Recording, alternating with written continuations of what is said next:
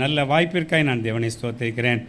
அப்படியே நம்ம செய்திக்குள்ளே கடந்து போகலாம். எடுத்துக்கொள்ளுங்கள். இன்றைக்கு படித்ததான வாக்குத்தத்தத்தை ஒரு விஷயம் கூட நம்ம மீண்டுமாய் வாசிக்கலாம். சங்கீதம் 37 9வது வசனம்.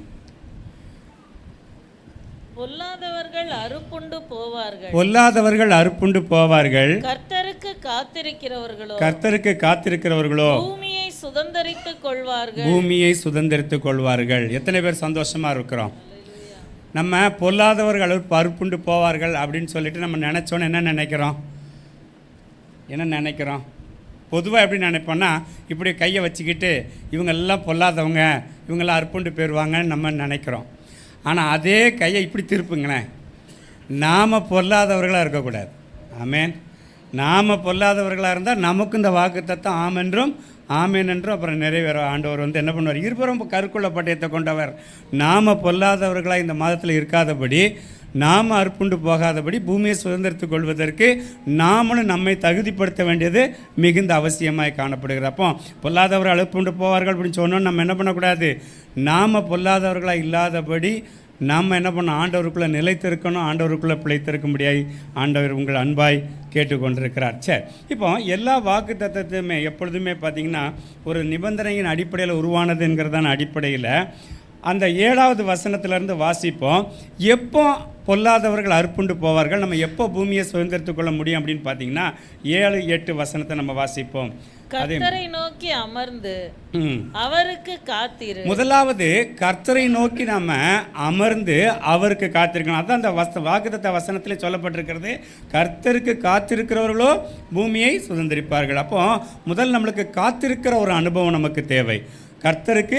கர்த்தரை நோக்கி அமர்ந்து அவருக்கு காத்திருக்கணும். 2வது காரிய சித்தி உள்ளவன் மேலும் தீவினைகளை செய்கிற மனுஷன் மேலும் எரிச்சல் ஆகாதே, கோபத்தை நெகிழ்ந்து உக்கிரத்தை விட்டுவிடு, பொல்லாப்பு செய்ய ஏதுவான எரிச்சல் உனக்கு வேண்டாம். இப்ப 2வது நான் இந்த 7வது வசனத்தையும் 8வது வசனத்தையும் நான் கம்பைன் பண்ணி சொல்றேன். அதாவது தீவினைகள் செய்கிற மனுஷன் மேல் எரிச்சல் ஆகாதே, தீவினை செய்கிறதற்கு ஏதுவான எரிச்சல் உனக்கு உண்டாக வேண்டாம். ஒன்று, தீவினை செய்கிற மனுஷனுக்கு மேலே நாமளும் எரிச்சலாக இருக்கக்கூடாது. 2வது எப்படி இருக்கக்கூடாதான்? நாம் தீவினை செய்கிறதுக்கு ஏதுவான எரிச்சல் நம்மளும் தீவினை செஞ்சிடக்கூடாது. நாமளுக்கு தீவினை செய்கிறவங்க மேலேயும் நம்ம எரிச்சலாக இருக்கக்கூடாது, நம்மளும் தீவினை செய்யாத பிள்ளைகளை காணப்பட வேண்டாம். முதல் கர்த்தருக்கு காத்திருக்கணும்.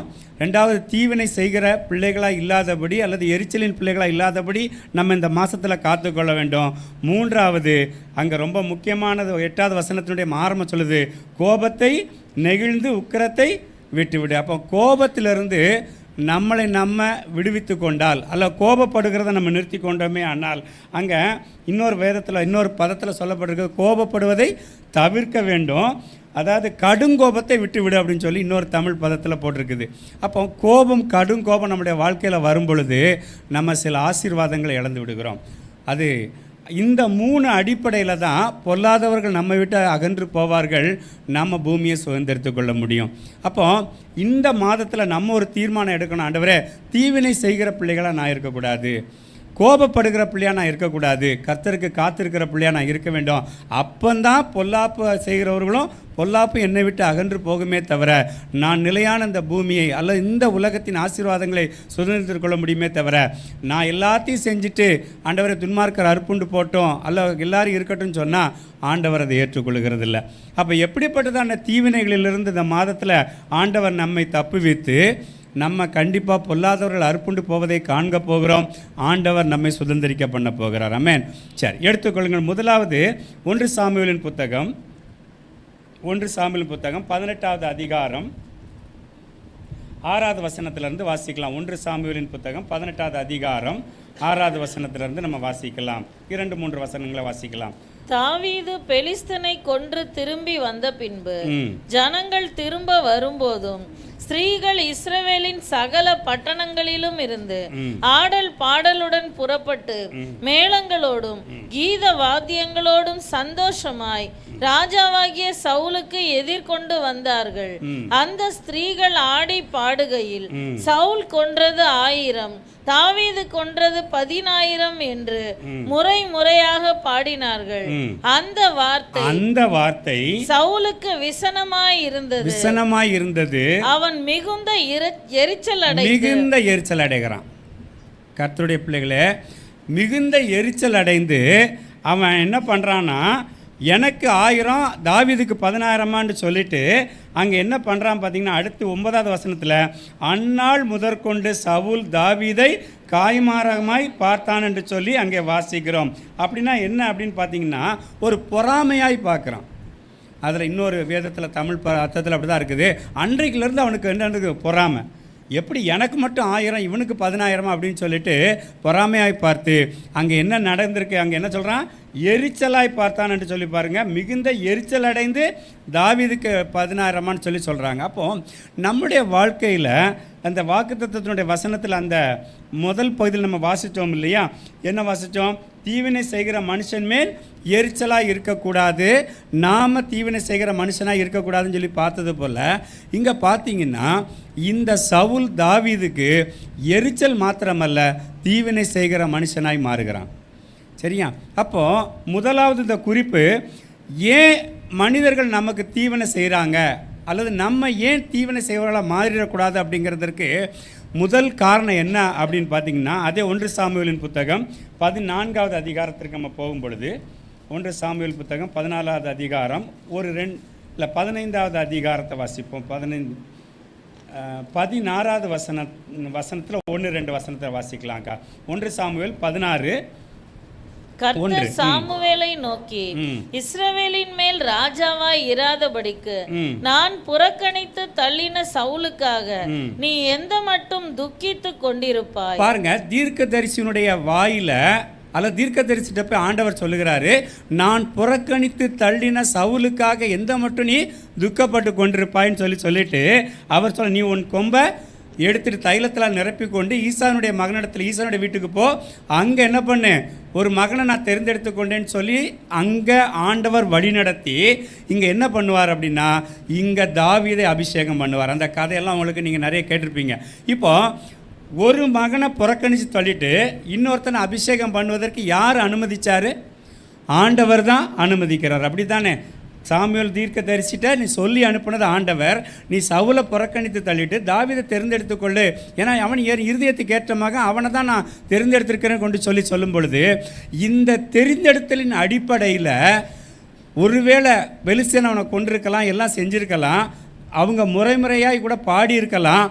அதை காட்டிலும் நான் என்ன விசுவாசிக்கிறேன் தெரியுமா, என்னை தேவன் நம்ம எப்போ தெரிந்தெடுக்கிறாரோ அந்த நேரம் முதல் பிசாசுக்கு ஒரு காய்மாரத்தின் ஆவி நம்ம மேலே வந்துடுது. ஆமென். ஏன்னா அவனை புறக்கணித்து தள்ளிட்டு அல்லது மற்றவர்களை புறக்கணித்து தள்ளிட்டு அல்லது நம்மளுடைய குடும்பத்தில் மற்றவர்களை புறக்கணித்து தள்ளிட்டு என்னைக்கு தேவன் நம்மளை முன்குறித்து ஆண்டவருடைய பிள்ளையாய் நம்மளை உருவாக்குகிறாரோ அன்றையிலிருந்து அவங்களுக்கு நம்ம மேலே ஒரு வித்தியாசமான நினைப்பு வந்துடுதா இல்லையா? வருதா இல்லையா? வந்திருக்கா இல்லையா? இத்தனை வருஷம் நம்ம அனுபவத்தில் நம்ம பார்க்குறோம். அப்படி தானே? நிறைய ஆமாம், என்ன பெரிய சர்ச்சை கண்டுட்டாங்கன்னு தெரியாதும்பாங்க, இல்லை எதுக்கு போகிறேன்னு தெரியாதும்பாங்க. அப்போ ஏதோ ஒன்றில் நம்ம மேலே அவங்க ஒரு பொறாமையினுடைய எண்ணங்கள் வந்துடுது, அல்ல நம்மளுடைய ஆசீர்வாதங்கள் அவங்க பார்க்குறாங்க, அல்லது நம்மளுடைய பழக்க வழக்கங்கள் மாறி இருக்கிறத பார்க்குறாங்க, நம்முடைய பேச்சு சுபாவங்கள்லாம் மாறி இருக்கிறத பார்த்து அவங்களுக்குள்ள அவங்களை அறியாமல் ஒரு பொறாமையினாவே ஒரு காய்மாரத்தின் ஆவி வருகிறது. அப்போது இந்த காய்மாரத்தின் ஆவி தான் என்ன நடக்குது அப்படின்னா எரிச்சலை உண்டு பண்ணுகிறது. அதாவது பொறாமை உண்டுது, எரிச்சல் அவங்களுக்கு உண்டு பண்ணு. நம்ம பேசினாலே எரிஞ்செறிஞ்சு பேசுகிறாங்க, அதில் நம்ம ஏதாவது போனாலே எரிஞ்சு பேசுகிறாங்கன்னா அது அவங்களுக்குள்ளே இருந்து, ஏன்னா அங்கே மறுநாள் விடப்பட்ட பொல்லாத ஆவி சவுலுக்குள்ளே புகுந்ததுன்னு சொல்லி என்ன பண்ணுறாங்க, நம்ம வசனத்தில் நம்ம அந்த 1 சாமுவேல் புத்தகம் 18வது அதிகாரத்தில் வாசிக்கிறோம். அப்போ அவங்கள அறியாமல் ஒரு விதமான ஆவி அவங்களுக்குள்ளே போகும் பொழுது நம்ம மேலே அவங்க எரிச்சலாக இருக்கிறது அது ஒன்றும் பெருசாக நீங்கள் நினைக்க வேண்டாம். ஆமென். ஆனால் நமக்குள்ளே அப்படி எரிச்சலின் ஆவி உள்ளே புகுந்துடக்கூடாது. நம்ம மற்றவங்கள பார்த்து என்ன பண்ணிக்கூடாது, இதே போல் எரிச்சலாக இருந்தோம் அப்படின்னு பார்த்தீங்கன்னா நம்ம சவுலுன்னு அர்த்தம். சரியா? அப்போ இந்த மாதத்தில் ஆண்டவருடைய கிருபையினால் தேவன் நம்மோடு கூட இருக்கிறார் என்று ஜனங்கள் அறிந்த உடனே அவங்க தீவினை செய்கிறாங்க, அவங்க எரிச்சல் அடைகிறாங்க. அப்போது இவங்களுக்கு நம்ம பதில் செய்யலாமா அப்படின்னு பார்த்தீங்கன்னா அங்கே வசனம் என்ன சொல்லுகிறது? நீ தீவினை செய்ய வாசிங்க. அதே 37வது அதிகாரத்தில் சங்கீதம் 37:8 வாசிங்க. பொல்லாப்பு செய்ய ஏதுவான எரிச்சல் உனக்கு வேண்டாம். அப்போ நமக்கு பொல்லாப்பு செய்ய ஏதுவான எரிச்சல் நமக்கு உண்டாயிருக்க வேண்டாம்னு ஆண்டவர் சொல்கிறார். ஐயா, என்னைய படாத பாடு படுத்திட்டு இருக்கானா, நான் அவனை கொஞ்சம் திட்டினா என்ன அப்படின்னு நம்ம பார்த்தா அது உலகத்தின் நீதி. ஆனால் ஆண்டவர் இந்த மாதத்தில் நமக்கு என்ன சொல்கிறாருல, பொல்லாப்பு செய்ய ஏதுவான எரிச்சல் உனக்கு இருக்க வேண்டாம். எப்படி இருக்காமல் இருக்கும் பார்த்தீங்கன்னா 1 சாமுவேல் புத்தகம் எடுத்து வைத்துக்கொள்ளுங்க. 18வது அதிகாரத்தில் கிட்டத்தட்ட தாவீதை எத்தனையோ முறை அவர் கொலை செய்ய வேண்டும் படி பார்க்குறார். நிறைய அந்த ஹிஸ்ட்ரியெல்லாம் நீங்கள் போய் படிச்சிங்கன்னு சொல்லியாச்சுன்னு சொன்னால் நான் ரொம்ப ஷார்ட்டாக சொல்லிட்டு போகிறேன். அரண்மனைக்குள்ளே ஈட்டியை வச்சே எறிகிறார். அவர் வீட்டுக்குள்ளே ஈட்டி வச்சிடுறாரு. அங்கே தாவீதை அவர் வீட்டில் படுத்து தூங்குறார். தூங்கும்போது ராத்திரி ஆட்களை அனுப்பி தான் மகனுடைய மருமகன் என்று சொல்லி கூட பார்க்காதபடி, மகா புருஷன் தானங்கிறத கூட இல்லாதபடி அவனை கொண்டுட்டு வாங்கன்னு சொல்லி ஆட அனுப்புகிறார். அதுக்கு மாத்திரமல்ல, கிபியாவில் யூதயா வனாந்தரத்தில் சீப்புங்கிறதான ஊரில், என்கேதிங்கிறதான ஊரில், ராமாவில் உள்ள நாயோத் அப்படிங்கக்கூடிய அந்த இடத்துல எல்லாம் தாவீதை துரத்தி இந்த சவுல் கொலை செய்யும்படியாக அலைகிறாரு.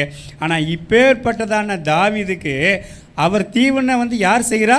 சவுல் செய்கிறாரு. ஆனால் தாவீது தீவனை செய்தாரா அப்படின்னு பார்க்கும் பொழுது அவர் தாவீது தீவனை செய்யவே இல்லை. ஆமென். அப்போ இந்த மாதத்தில் அல்லது வருகிற காலங்களில் நமக்கு தீவனை செய்கிறாங்கன்னு தெரியுது, ஆனால் நம்மளால் தீவனை செய்யக்கூடாது என்கிறதுல தான் ஆண்டவர் நமக்கு இந்த வாக்குத்தத்தத்தை கொடுக்கிறார். அப்படி இருக்கும் பொழுது அவங்களே அவங்க அறுப்புண்டு போவார்கள். அதுக்கு எடுத்துக்கொள்ளுங்கள், தாவீது செய்தது என்ன? 1 சாமுவேலின் புத்தகம் 26வது அதிகாரம்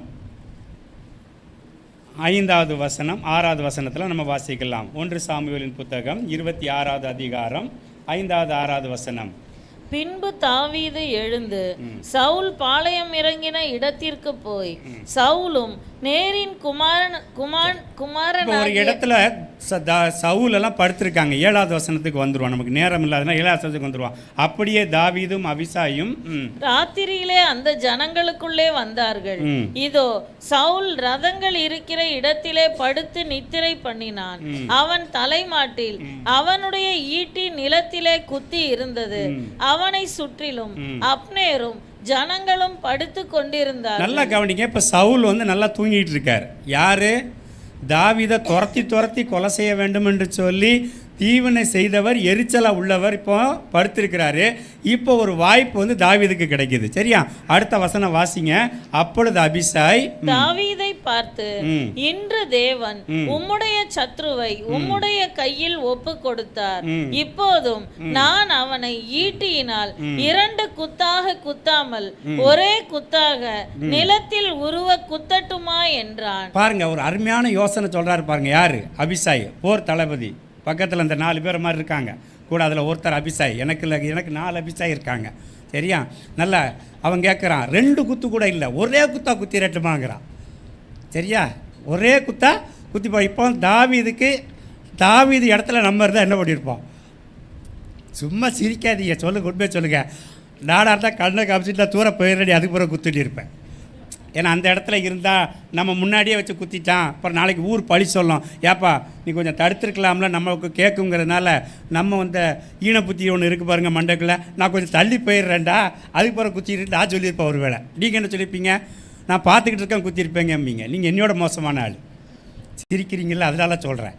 ஆனால் தாவீது தீவினை செய்ய அவனுக்கு ஒரு வாய்ப்பு கிடைக்கும் போது கூட அடுத்த வசனத்தில் அந்த அபிசாய் சொல்லுறான், ஒரே குத்து, 2 குத்து கூட இல்லை, ஒரே குத்தா குத்தட்டுன்னு சொல்லும் பொழுது அடுத்த அபிசாய் சொல்லுகிற காரியம் அடுத்த வசனத்தில் தாவீது சொல்லுகிற காரியத்தை பாருங்க. தாவீது அபிசாயை பார்த்து, அவரை கொல்லாதே, கர்த்தர் அபிஷேகம் பண்ணுவித்தவர் மேல் தன் கையை போட்டு குற்றமில்லாமற் போகிறவன் யார் என்று சொன்னான். அப்படி சொல்லிட்டு அவர் சொல்றாரு, அவர் யுத்தத்தில் மாறட்டும் அல்லது அவருடைய இயற்கையான அவருக்கு மரணம் வரட்டும், எப்படியோ, ஆனால் என் கையை கர்த்தர் அவன் மேல் போடாதபடி ஆண்டவர் என்னை தடுத்தார் என்று சொல்லி என்ன சொல்கிறாருன்னா, நீ அந்த செம்பையும் ஈட்டியும் மட்டும் எடுத்துகிட்டு வந்துரு, அப்படி அது போதும் அப்படின்னு சொல்லி சொல்கிறார்.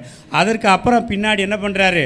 ஆண்டவர் தாவீது சவுலை பார்த்து சொல்லார், ஏன் இப்படி உங்கள் படத்தளபதி காக்காமல் போனது என்னன்னு சொல்லும் பொழுது, என் குமாரனே தாவீதே உன்னுடைய சத்தம் அல்லவா அப்படின்னு சொல்லி கேட்கும் பொழுது அவர் ரொம்ப அழகாக சொல்லுவார், ஒரு தெள்ளு பூச்சியை வேட்டையாடுகிறது போல் என்னை வேட்டையாடிட்டு இருக்கிறீங்களே, ஏன் உங்களுக்கு வேறு வேலை இல்லாமல் என்னையவே துரத்திட்டு இருக்கிறீங்களே அப்படின்னு சொல்லும் பொழுது அவர் அங்கே மனம் மாறுகிறார். எப்படி பார்த்தீங்கன்னா அந்த 25வது வசனத்தில், அப்பொழுது சவுல் தாவீதை நோக்கி, என் குமாரனாகிய தாவீதே, நீ ஆசீர்வதிக்கப்பட்டவன், நீ பெரிய காரியங்களை செய்வாய், மேன்மேலும் பலப்படுவாய் என்றான். அப்படியே தாவீது தன் வழியே போனான், சவுலும் தன் ஸ்தானத்திற்கு திரும்பினான் என்று சொல்லி அங்கே வேதத்தில் பார்க்குறோம்.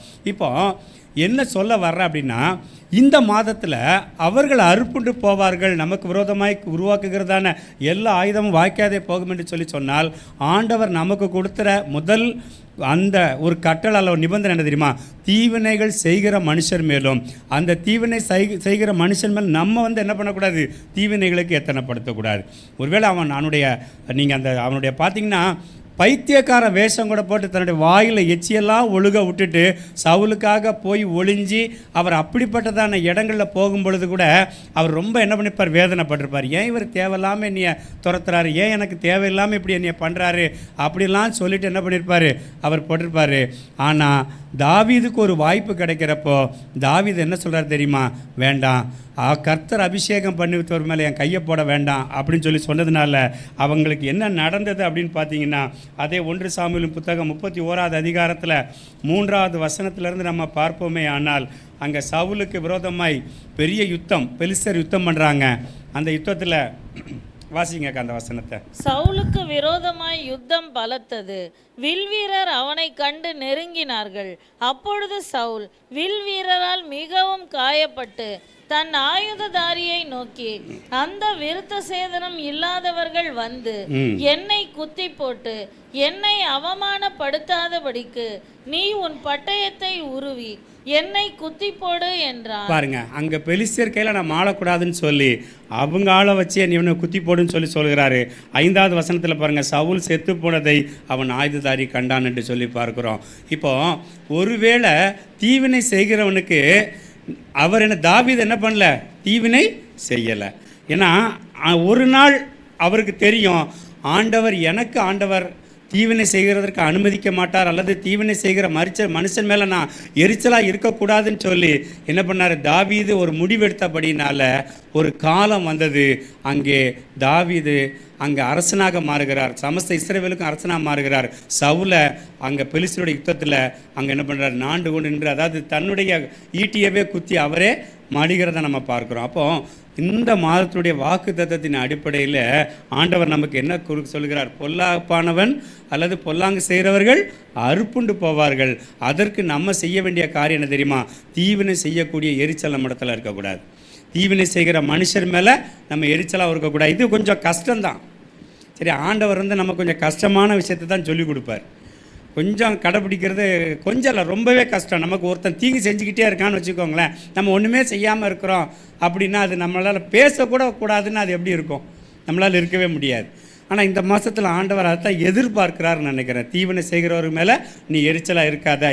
இதே தாவீது தான் தனக்கு தீவினை செய்ததானால தன்னை ரொம்ப தூஷித்ததான சீமைங்கிறதான மனுஷனுக்கு 2 சாமுவேலின் புத்தகம் 16வது அதிகாரம் எடுத்துக்கொள்ளுங்க. 5வது வசனத்திலிருந்து இப்போ தன்னுடைய மகனுக்கு தப்பி ஓடுறாரு தாவீது, அப்சலோமுக்கு தப்பி. இப்போ சீமைங்கிறதான மனுஷன் என்ன பண்ணோம் அப்படின்னா அவரை தூசிக்கிட்டே வர்றார். ஏன்னா அவர் சவுலுக்கு சொந்தக்காரர், சவுலுக்கு ரொம்ப வேண்டிய ஆள். அதனால் இவர் என்ன பண்ணுறாரு? பேலியாளின் மகளை நீ தொலைந்து போ அப்படி இப்படின்னு சொல்லிட்டு ரொம்ப தூஷித்து கொண்டே வரும் பொழுது அங்கே 5:9 வாசிங்க. 5:9 2 சாமுவேலின் புத்தகம் 16வது அதிகாரம் 9வது வசனம் நான் நினைக்கிறேன்.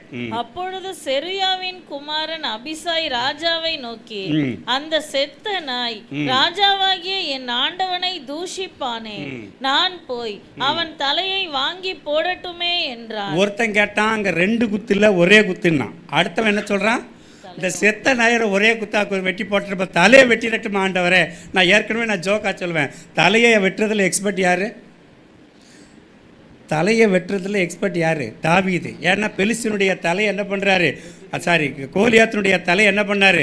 அவன் பட்டயத்தை உருவி அவனே வெட்டினாள். வெட்ட தெரிஞ்ச ஆளுக்கே ஒருத்த கேட்டுக்கிட்டு இருக்கான், நான் வெட்டட்டுமான்னு. அப்போ இவர் என்ன சொல்லுவார்? அடுத்த வசனம் வாசிங்க. வாசிங்க. அதற்கு ராஜா, செருயாவின் குமாரரே, எனக்கும் உங்களுக்கும் என்ன? அவன் என்னை தூஷிக்கட்டும், தாவீதை தூஷிக்க வேண்டும் என்று கர்த்தர் அவனுக்கு சொன்னார். போதும். இப்போ இந்த மாசத்துல நம்ம தீர்மானம் எடுக்க போறோம். என்ன தீர்மானம் எடுக்க போறோம்? நம்மள நிறைய பேர் தூஷித்தா நம்ம பதில் பேசாம கர்த்தர் என்னை தூஷிக்க அவனை அனுமதித்திருக்கிறாருன்னு சொல்லி எத்தனை பேர் பொறுமையாக இருக்க முடியும்? அல்லேலூயா. ஒரு கை கூட உயரல. கையை உயர்த்தி சொல்லுங்க பார்ப்போம். என்னையால? ஏன்னா சிலர் அனுமதிச்சிருவார். சில நேரங்களில் வந்து ஆண்டவர் அனுமதிப்பார். ஏன்னா சில பேசினாருன்னா அந்த பாதையில் நம்ம போக வேண்டிய ஒரு சூழ்நிலை வந்துடும். அப்போ எத்தனை பேர் பதில் பேசாமல் இருக்க முடியும்? பதில் பேசாமல் இருக்க முடியும்னா கையை வைத்து அல்லையா சொல்லுங்கள். இல்லை கொஞ்சம் கொஞ்சம் பேசுகிறோம்னா பாதி வச்சுக்கிடுங்க. இல்லை சுத்தமான கீழே போட்டிருக்கேன், நான் கீழே போட்டுட்டுப்பா, அப்படிலாம் இல்லை. இந்த மாதத்தில் ஏதோ ஒன்று ஆண்டவர் நமக்கு கற்றுத்தருகிறார்.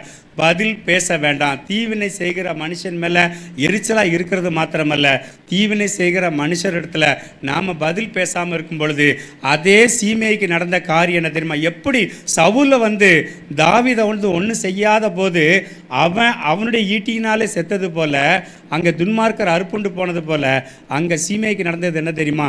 அவனுடைய மகனாகிய சாலமோனுடைய அரசாண காலத்தில் அவனுக்கு ஒரு கண்டிஷன் வைக்கிறாங்க. 1 ராஜாக்கள் 2வது அதிகாரம் 1 ராஜாக்கள் 2வது அதிகாரம் 36-37 வசனத்திலேருந்து நம்ம ஒரே ஒரு சில வாசனம் வாசிக்கலாம். 1 ராஜாக்கள் 2வது அதிகாரம் 37வது வசனத்தில், நீ வெளியே போய் கீதரோன் ஆற்றை கடக்கும் நாளில் நீ சாகவே சாவாய், அப்பொழுது உன் இரத்தப்பழி உன் தலையின் மேல் இருக்கும் என்பதை நீ நிச்சயமாய் அறிந்து கொள் என்றார். இப்போ சீமையை பார்த்து ராஜா ஒரு கட்டளை சொல்றாரு. ஏன்னா நீ என்னுடைய எல்கைக்குள்ள இரு, ஆனால் நீ என்னைக்கு இந்த ஆற்று கீதரோன் ஆற்றை கடந்து நீ போறியோ அன்னைக்கு நீ என்ன பண்ணிடுவேன்? உன்னைய ஒரு வழி பண்ணிடுவேன், இல்லை நான் உன்னைய சும்மா விட மாட்டேன்னு சொல்லி. ஏன்னா எங்கள் அப்பாவை நீ அவ்வளோ தூசிச்சிருக்க, ஆனாலும் எங்கள் அப்பா சொல்லியிருக்கிறாரு கொஞ்சம் லைட்டாக அவனை பார்த்துக்க அப்படின்னு போயிட்டார் அவர். ஆனாலும் நான் வந்து என்ன பண்ண முடியாது, லைட்டாக பார்க்க முடியாது, நான் வெயிட்டாக தான் உன்னை பார்ப்பேன். ஆனால் நீ வந்து இந்த கீதரோன் ஆற்றை கடக்கக்கூடாதுன்னு சொல்லும் பொழுது அவனை எப்படியா ஆண்டவர் நம்மை தூசித்தவனை ஆண்டவர் வந்து விட மாட்டார். ஆமென். அப்போ இவன் என்ன சும்மா இருக்கல. 3 வருஷம் கழித்து என்ன பண்ணாராம்? 3 வருஷம் சொன்னோடனே சரி சீமையினுடைய வேலைக்காரர் 2 பேர் அந்த ஆற்றை விட்டு கடந்து போயிட்டான். சரி இவர் போனவன் அவன் வருவான்னு சொல்லி இவர் சும்மா இருக்காம இவர் அவனுங்களை தேடி போயிட்டார். காத்துங்கிறதான ராஜாவிடத்தில் போனோடனே இதை போட்டு விடுறதுக்குன்னு ஆள் அங்கே ரெடியாக இருக்கான். இதை போய் சாலமன் ராஜாட்ட போய் சொல்லிட்டாங்க, எப்பா உங்கள் ஆள் சீமையை ஆற்றை விட்டு கடந்து போயிட்டான் அப்படின்னு சொல்லவுடனே, ஆற்றை விட்டு பறந்து போயிட்டான்னு அது வேற கதை. இல்லை ஆற்றை விட்டு கடந்து போயிட்டான்னு கூப்பிடியா அவனன்னு சொல்லி திரும்ப உள்ளே வந்தோடனே, நான் உனக்கு சொல்லியிருக்கேனா இல்லையா? ஆமாம் சொன்னீங்க. நீ என்ன பண்ண? ஆற்றை விட்டு நான் கடந்து போயிட்டேன். சரி வா. இன்னொருத்தனை கூப்பிட்டான், யோய்தாவின் குமாரனாகிய பெனேயா அப்படிங்கிற மனுஷனை கூப்பிட்டு நீ அவன் மேலே விழுந்து அவனை கொன்று போடுன்னு சொன்னோடனே அவன் பெனாயா வந்து என்ன பண்ணுறான்? அவனை கொன்று போட்டான் என்று சொல்லி 1 ராஜாக்கள் 2:46 பார்க்குறோம்.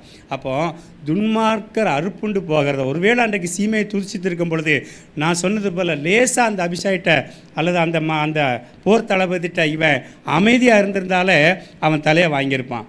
ஆனால் அவன் சொல்கிறான், என்னுடைய நிந்தனைக்கு பதில் கர்த்தர் என்ன பண்ணுவார்? எனக்கு என்ன பண்ணுவார்? அவர் ஆசீர்வாதத்தை கட்டளையிடுவார். அதனால் நீ அவனை விட்டுரு.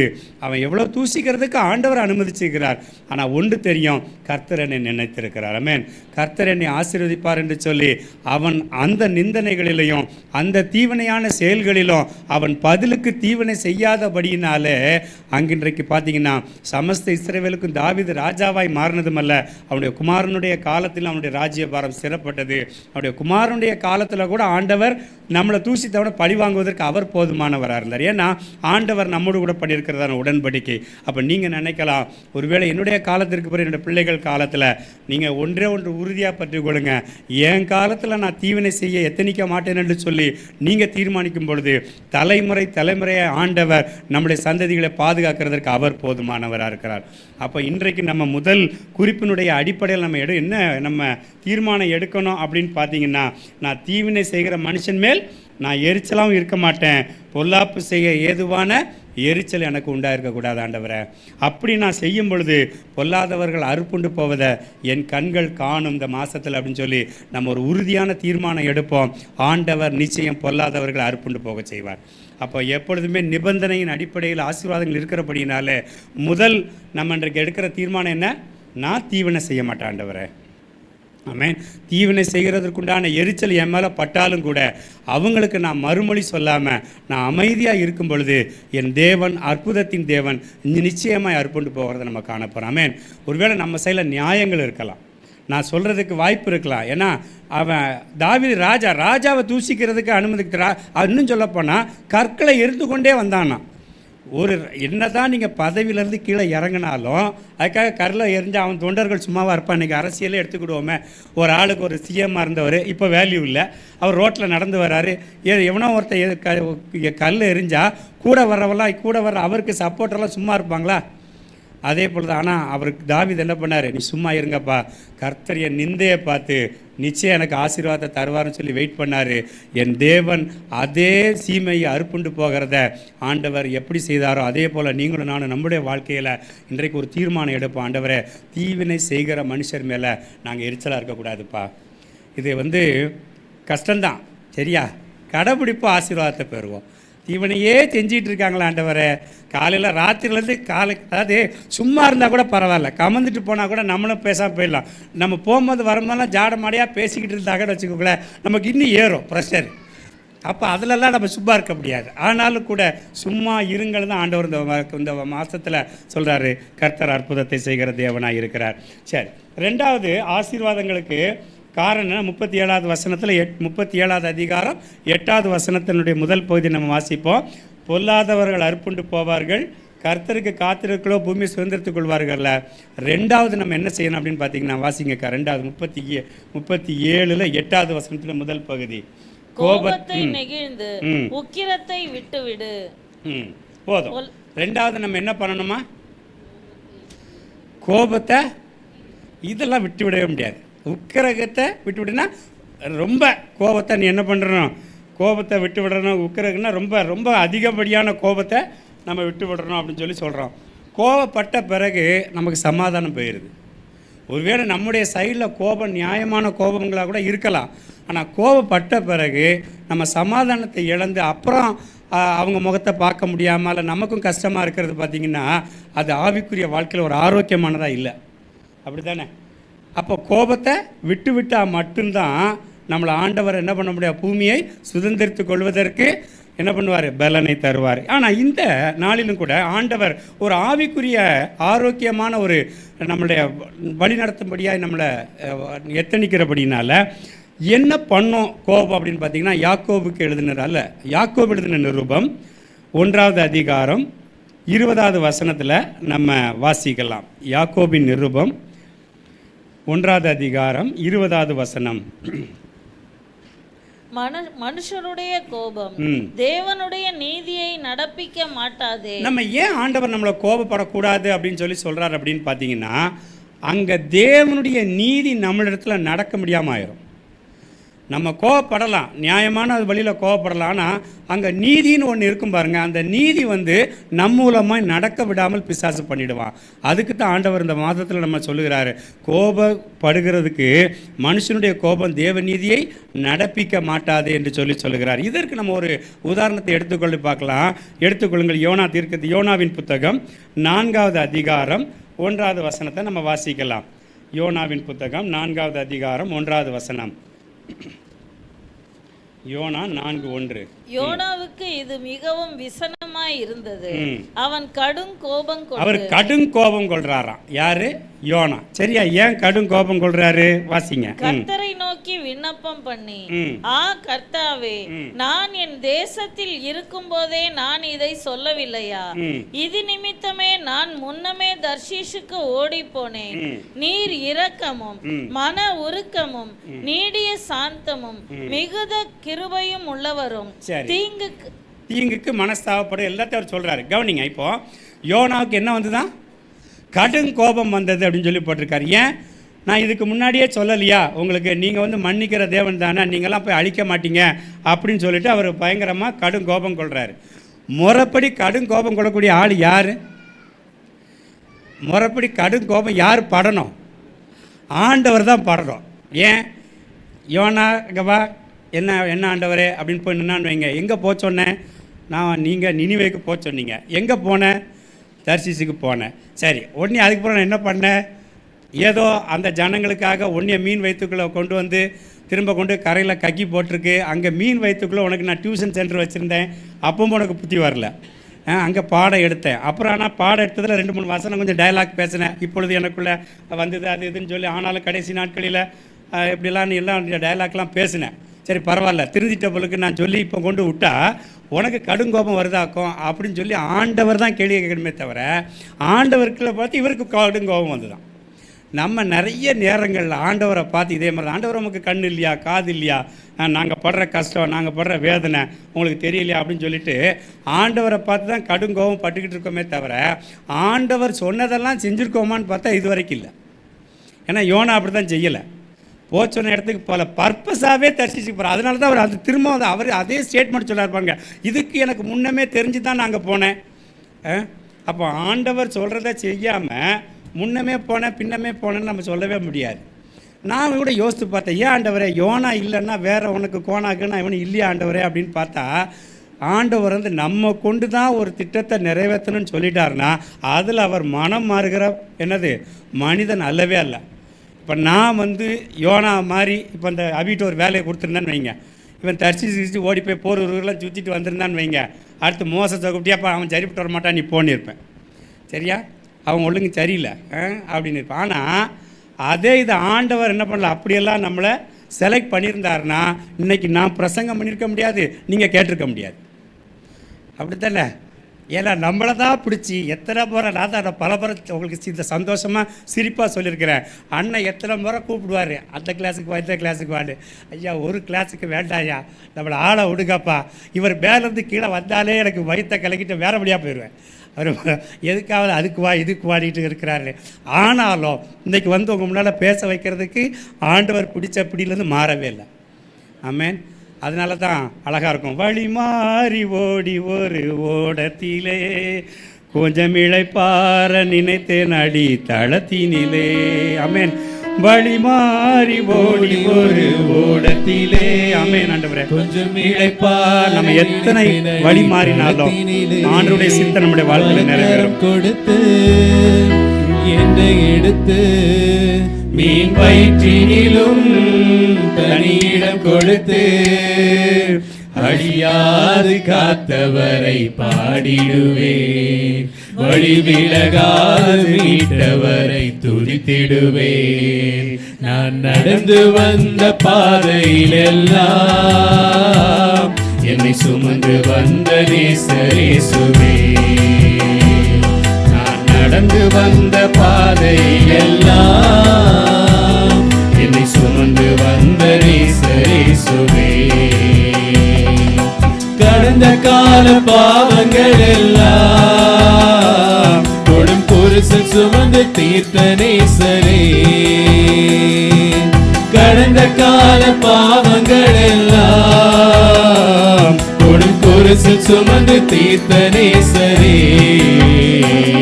நான் நடந்து வந்த பாதையில் எல்லாம் என்னை சுமந்து வந்த நேசரேசுவே.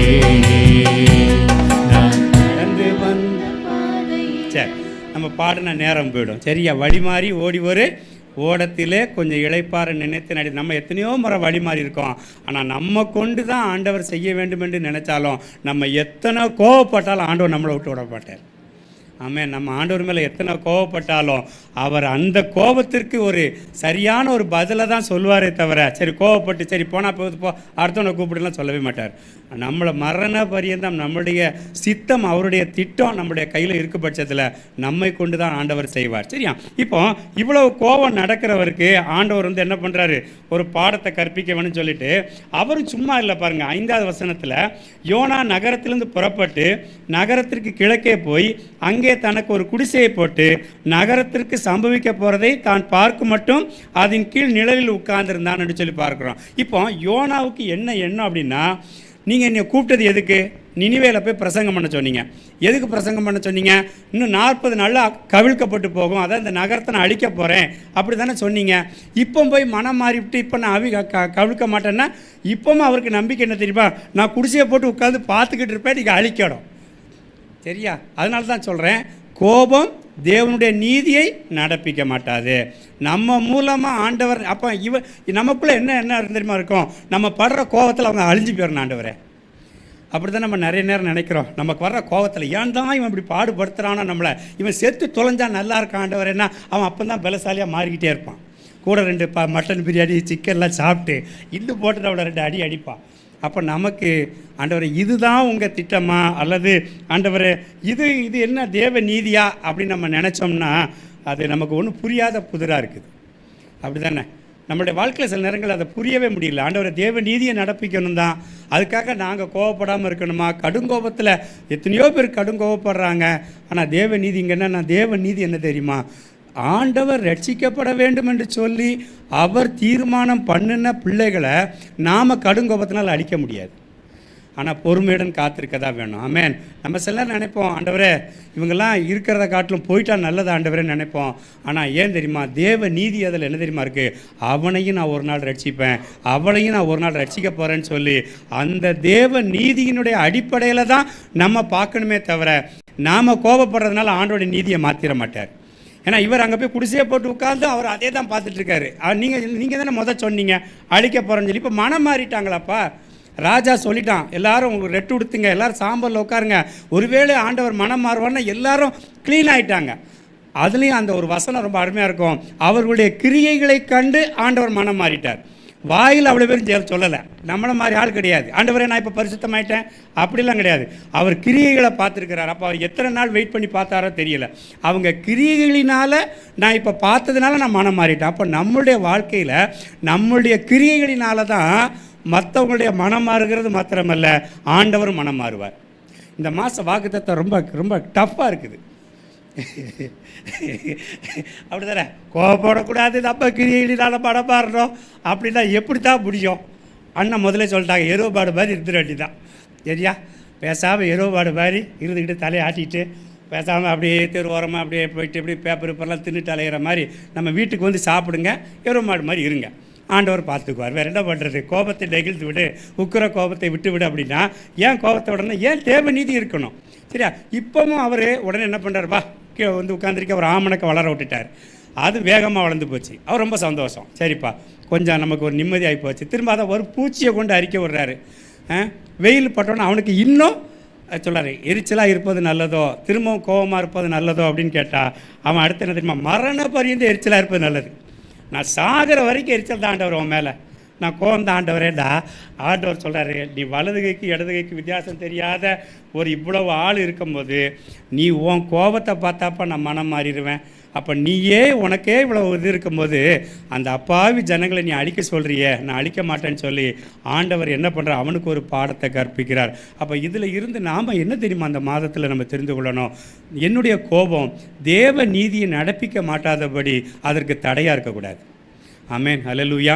எனக்குள்ளே இருந்து தேவ நீதி என்னது ஆண்டவர் எதிர்பார்க்கிறாரோ அந்த நீதி நான் படுகிற கோபத்தில் தடை பண்ணிடக்கூடாது. ஆமென், புரியுதா உங்களுக்கு? தேவனுடைய நீதி நம்ம படுகிற கோபத்தில் தடை பண்ணிடக்கூடாது. அதனால தான் அவனுக்கு ஒரு பாடத்தை கற்பிச்சு, அதனால தான் நிறைய நேரம் நமக்கும் ஆண்டவர் பாடத்தை கற்பிச்சு, கோவப்படாதரா, நீ கோவப்பட்டுட்டு அப்புறம் போய் பிரசங்க மேடல் நின்னா அவன் பிரசங்கம்லாம் எடுபடாதரான்னு சொல்லி அப்புறம் மன்னிப்பு, அண்ணன் சொன்ன மாதிரி மன்னிப்பு கேட்க வேண்டிங்கிற மன்னிப்பு கேட்டு ஆண்டவரோடு கூட ஒப்புரவாகி அதுக்கு பிறகு இருந்தால் தான் நம்ம உக்கிரகத்தை விட முடியும். கடும் கோபத்தை விட்டால் தான் ஆண்டவர் நம்மோடு கூட பேசுகிற தேவனாக இருக்கிறார். அப்போ கோபம் விட்டுட்டு ஆண்டவரோடு கூட நம்ம உறவாடுகணும். ஏன் தெரியுமா, அவர் ரட்சிக்க வேண்டும் என்று சொல்லி அவர் தீர்மானிக்கிற பிறகு நம்ம அதை விட்டு நம்ம மாறவே முடியாதுங்க. நம்ம கோபம் ஆண்டவருடைய நீதிக்கு இடைஞ்சலாக இருக்கும். அப்போ நீங்கள் நல்லா புரிஞ்சுக்கோங்க, ஏதோ ஒன்று தேவன் என்னை கொண்டு நீதியை செய்ய விரும்புகிறார். அதற்கு என்ன பண்ணுகிறார், என்னையை உருவாக்கி கொண்டிருக்கிறார். அப்போ என்னுடைய கோபம் தேவனுடைய நீதி என்ன தெரியுமா, ரட்சிக்கப்பட வேண்டும் நான் விட்டு வச்சிருக்கிறேன். அப்போ நீங்கள் அவன் அழியணும்னு நீங்கள் நினைக்கக்கூடாது, மற்றவங்க அழிய வேண்டும் என்று சொல்லி நம்ம நினைக்கக்கூடாது. ஏன்னா அவருடைய திட்டம் என்ன, எச்சரிப்பின் செய்தியை போய் கொடுப்போம், கவிழ்க்கப்பட்டு போவோம்னு சொல்லுவோம், அவர் மனம் மாறுவான், அவர் ரட்சிக்கப்படுவான்ங்கிறது அவருடைய நீதியாக இருக்கிறப்போ நம்ம நீதி கோவப்பட்டு ஒரு பிரயோஜனம் இல்லை. அப்போ ஒருவேளை ஒரு கடினமான பாதையில் நீங்கள் போயிட்டு இருந்தீங்கன்னா இந்த மாதத்தில் தேவனுடைய நீதி உங்கள் வாழ்க்கையில் நிறைவேறி கண்டிப்பாக ரட்சிக்கப்படாத ஆள் ரட்சிக்கப்படும். ஆமென். நம்ம நினைக்கக்கூடாது ஆண்டவரே அவன் செத்து போனால் நல்லாயிருக்கும், அவன் இந்த ஊரை விட்டு போனால் நல்லாயிருக்கும் நம்ம நினைக்க வேண்டாம். ஏன்னா தேவனுடைய நீதி நமக்குள்ளே இருந்து விலகணும். நமக்குள்ளே இருந்து விலங்க என்ன தெரியுமா, நம்முடைய பொறுமை அவர்களை கண்டிப்பாக ரட்சிப்புகளாக வழி நடத்தும். அது மாத்திரமல்ல, இன்னொருடைய நீதி பாருங்களேன். லூக்கா எழுதின சுவிசேஷம் 15வது அதிகாரம் 28வது 29வது வசனத்தில் நம்ம கோபத்தினுடைய இன்னொரு வழியை நான் சொல்கிறேன். லூக்கா எழுதின சுவிசேஷம் 15வது அதிகாரம் 28, 29. அப்பொழுது அவன் கோபம் அடைந்து உள்ளே போக மனதில்லாதிருந்தான். தகப்பனோ வெளியே வந்து அவனை வருந்தி அழைக்கிறான். கவனிங்க, இது இந்த இளையகுமாரன் கதை நமக்கு நல்லா தெரியும். இளையகுமாரன் ஆஸ்தியெல்லாம் எடுத்துகிட்டு போயிட்டு செலவழிச்சிட்டு திரும்ப அப்பாட்ட வர்றார். அப்பா வந்து சந்தோஷமாக அவனை ஏற்றுக்கொண்டு முன்னிலைமையில் அவனை ஆசீர்வதித்து வருகிறார். இப்போ கூட இருந்த அண்ணங்காரன் என்ன பண்ணுறாரு, இது ஆடல் பாடல் டான்ஸ் எல்லாம் என்னென்னு கேட்குறாரு. கேட்டவுடனே அங்கே என்ன சொல்கிறாங்க உன் தகப்பன் திரும்பி வந்துட்டார் உன் தம்பின்னு சொல்ல உடனே அதான் இப்போ வசனம் வாசிச்சென்னது, அப்பொழுது அவன் கோபமடைந்து உள்ளே போக மனதில்லாதிருந்தான். இப்போ இவன் கோபம் நியாயமானதா இல்லையா? இவன் கோபம் ஏம்மா ஊரல், அதாவது சொத்தை எடுத்துகிட்டு போய் விற்று பண்ணி மேய்ச்சிட்டு திரும்ப வந்தவன் இன்றைக்கி சுகமாக இருக்கிறான். நான் எப்போ பார்த்தாலும் வேலை உங்ககிட்ட செஞ்சுக்கிட்டு இருக்கிறேன், அவனுக்கு அவ்வளோ பெரிய இடமா அப்படின்னு சொல்கிறேன். அவனுடைய கோபம் என்னது, நியாயமானதான். ஆனால் அதுக்குள்ளே இருக்கிறதான தேவ நீதி என்ன தெரியுமா, எல்லா பிள்ளைகளும் எனக்கு ஒன்று தான்ப்பா, அவனுடைய ஆத்மாவும் எனக்கு வெளியேறப்பட்டது, அவன் காணாமல் போனான் திரும்பி வந்தான், நீ என்னோடு கூட இருக்கிற, நீ ஆசீர்வாதத்தில் நீயும் உள்ளவன் தான். ஆனால் அதை நம்மளால் ஏற்றுக்கொள்ள முடியலை. நாம் அந்த வெளியில் உள்ளே இருக்கிறோம் பாருங்க, கூட இருக்கிறோம். இன்றைக்கி நேற்று பயங்கரமாக திருட்டுத்தனம் பண்ணியிருப்பான், பயங்கரமாக தண்ணி அடிச்சிருப்பான், அவன்லாம் ரட்சிக்கப்பட்டு சபைக்குள்ளே வந்தோடனே நம்ம 40 வருஷம் நம்ம அப்படியே பரிசுத்தவான்னு நினச்சிட்டு உட்காந்துருக்கவனுக்குலாம் அதை ஏற்றுக்க முடியாது. அவன் வந்து ஏதாவது ஒரு நல்ல காரியம் செஞ்சுட்டான்னு வைங்க, அவனை மட்டும் பாஸ்ட் விட்டுட்டாரு, அவனை இப்போ பண்ணிட்டாரு, இதெல்லாம் அங்கே இருக்கக்கூடாது. ஏன் தெரியுமா, அவன் உங்களை காட்டிலும் நல்லவன், அவன் செலவழிச்சிட்டு திரும்பி வந்துட்டானே. அதனால் தேவனுடைய நீதி என்ன தெரியுமா, இப்போ உலக நீதியை பார்ப்போமே, 10 பிள்ளைங்க இருந்தாலும் பெத்த தாய்க்கு எல்லாம் ஒற்றுமையாக இருக்கணும்னு தான் நினைப்பாங்க. சண்டை போட்டுட்டு அது தெருவா அலையட்டும்னு நினைப்பாங்க, யாராக இருந்தாலும் சரி தான். அப்போ அந்த தகப்பனுக்கு இருந்திருக்காதா, திருந்தி வந்த மகன் சரி எல்லாரும் ஒற்றுமையாக இருக்கட்டும், என் பிள்ளையோடு இருக்கட்டும்னு சொல்லி அவர் நினைப்பார். ஆனால் அது வரைக்கும் நம்ம ஆண்டவரோடு கூட இருந்த நமக்குள்ள ஆண்டவருடைய நீதி விளங்க பண்ணாமல் நம்முடைய கோபம் வெளியில் நிற்க வைக்குது. ஆமேன். இதை எத்தனை பேருக்கு புரியுதுன்னு எனக்கு தெரியல. நம்மளுடைய கோபம் தேவனுடைய நீதியை நம்ம மூலமாக நிறைவேற்ற விடாமல் ஆக்கிறாமல். ஏன்னா நம்ம ஒருவேளை அது நியாயமாக கூட இருக்கலாம். அவன் செலவழிச்சிட்டு வந்துட்டான், அவனெல்லாம் நீங்கள் கட்டி பிடிச்சி முத்தம் கொடுக்குறீங்கப்பா, நான் உங்கள் கூடயே இருக்கேன், ஒரு நாள் கூட எனக்கு கொடுத்ததில்ல. இருக்கலாம் சொல்ல முடியாது.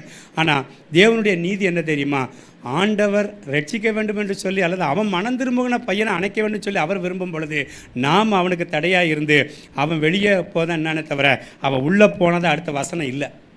அப்போ நாம் கோபம் அடைஞ்சு நம்ம மூலமாக நடக்கக்கூடிய தேவ நீதியை இழந்து ஆசீர்வாதத்தை இழந்துடக்கூடாது. ஆமென். அப்போ இந்த மாதத்தில் என்ன பண்ணக்கூடாது, கோபமே படக்கூடாது. போன மாதம் பட்ட கோபம்லாம் இந்த மாதம் படக்கூடாது. சரி, கீழே இறங்கும் போது தான் தெரியும்.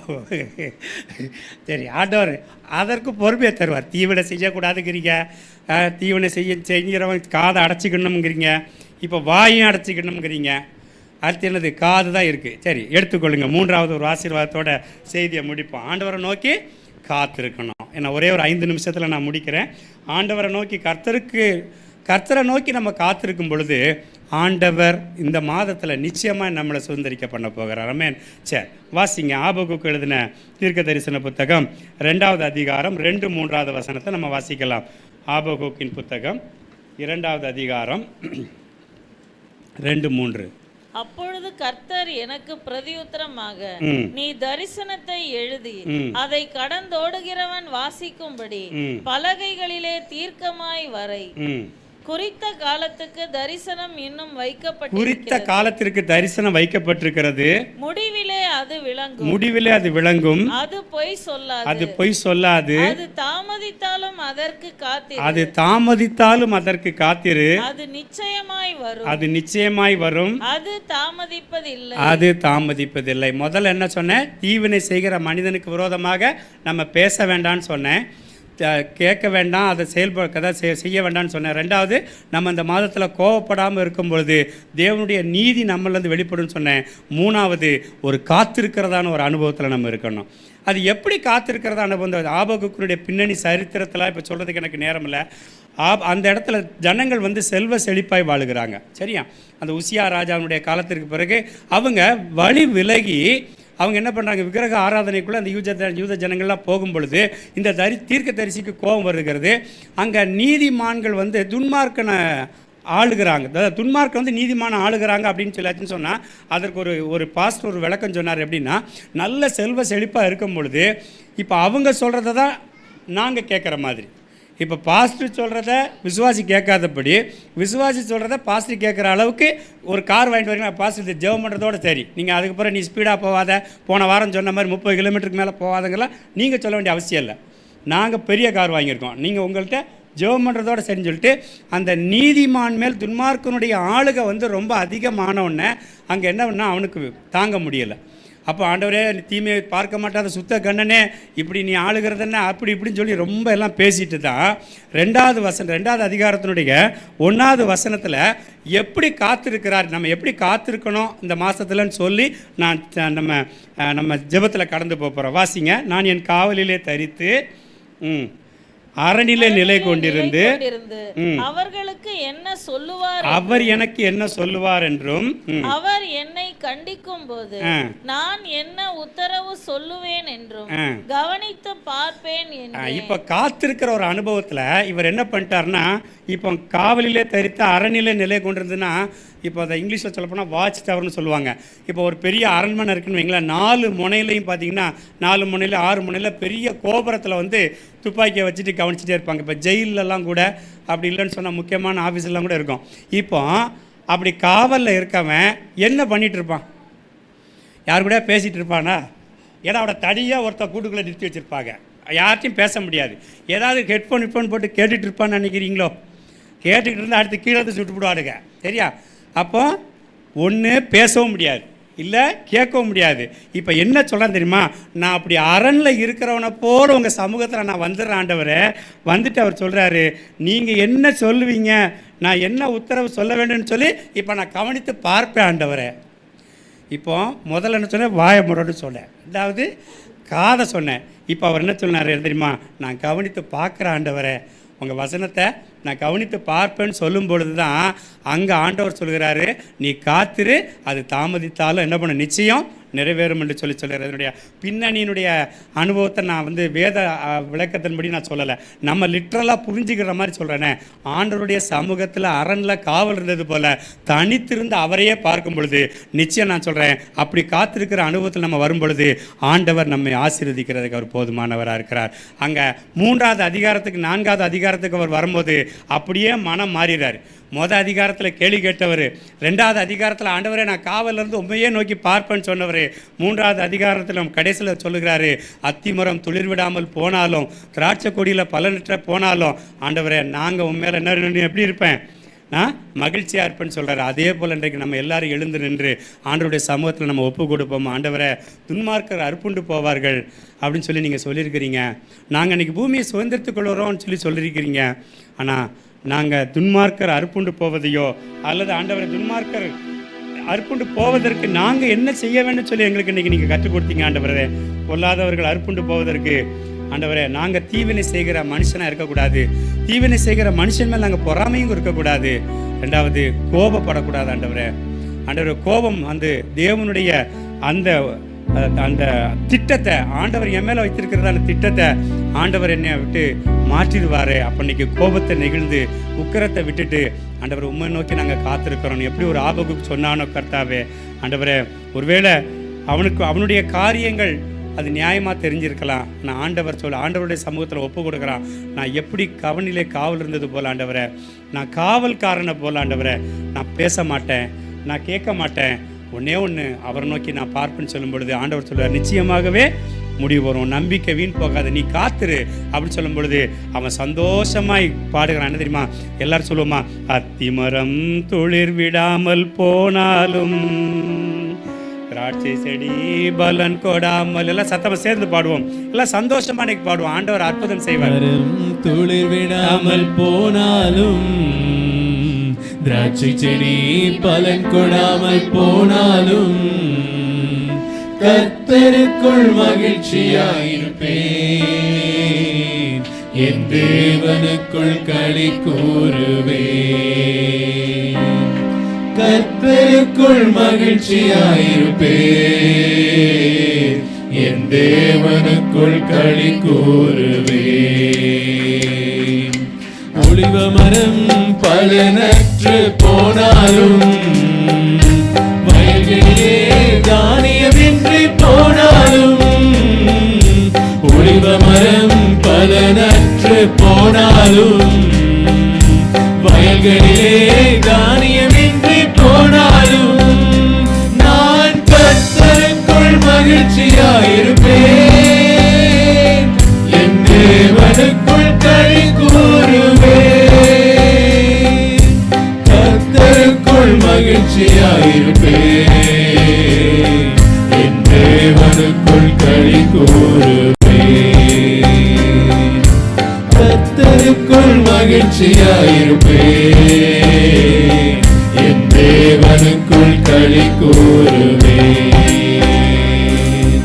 அத்திமரம் துளிர் விடாமல் போனாலும், திராட்சை செடி பலன் கொடாமல் போனாலும், அத்திமரம் துளிர் விடாமல் போனாலும், திராட்சை செடி பலன் கொடாமல் போனாலும், கர்த்தருக்குள் மகிழ்ச்சியாயிருப்பேன், என் தேவனுக்குள் களி கூறுவேன்.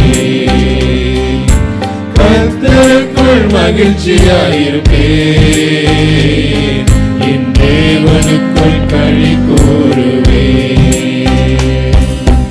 எல்லாமே எதிராக இருந்தாலும், சூழ்நிலைகள் தோல்வி போல தெரிந்தாலும், எல்லாமே எதிராக இருந்தாலும், சூழ்நிலைகள் தோல்வி போல தெரிந்தாலும், நான் கர்த்தருக்குள் மகிழ்ச்சியாயிருப்பேன், என் தேவனுக்குள் களி சூழ்நிலைகளை பார்த்து நான் துக்கப்பட மாட்டேன் ஆண்டவரே. தேவாதி தேவன் என்னோடு கூட இருக்கிறபடியால் இந்த உலகத்தினுடைய எந்த ஒரு காரியங்களும் எங்களை சேதப்படுத்தாது. மகிழ்ச்சியாயிருப்பேன், என் தேவனுக்குள் களி கூறுவேன். அத்திமரம் துளிர் விடாமல் போனாலும், அத்திமரம் துளிர் விடாமல் போனாலும், திராட்சை செடி பலனற்று போனாலும், திராட்சை செடி பலன் கொடாமல் போனாலும், நான் எண்ணிய காரியங்கள் நடக்காமல் போனாலும், அத்திமரம் துளிர் விடாமல் போனாலும், தெரிந்து போனாலும், திராட்சை செடி பலன் கொடாமல் போனாலும், அல்லேலூயா, நேசிக்கிறவர்களுக்கு விரோதமாக எழுதினாலும் மகிழ்ச்சியாயிருப்பேன், மகிழ்ச்சியாயிருப்போம் ஆண்டவரே. தேவனுக்குள் களி கூறுவேன். கர்த்தர் கொடுத்த சந்தோஷத்தை யாரும் எடுத்துக்கொள்ள முடியாது என்று சொல்லி, கர்த்தருக்குள் மகிழ்ச்சியாயிருப்பேன், என் தேவனுக்குள் களி கூறுவேன். உயிர் நண்பன் என்னை விட்டு பிரிந்தாலும், ஊரெல்லாம் என்னை தூற்றி திரிந்தாலும், உயிர் நண்பன் என்னை விட்டு பிரிந்தாலும், ஊரெல்லாம் என்னை தூற்றி திரிந்தாலும், நான் கர்த்தருக்குள் மகிழ்ச்சியாயிருப்பேன், என் தேவனுக்குள் களி கூறுவேன்.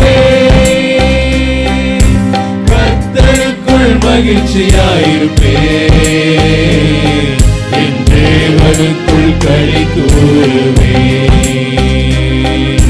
கர்த்தருக்குள் மகிழ்ச்சியாயிருப்பேன், என் தேவனுக்குள் களி கூறுவேன். அத்திமரம் துளிர் விடாமல் போனாலும், திராட்சை செடி பலன் கொடாமல் போனாலும்,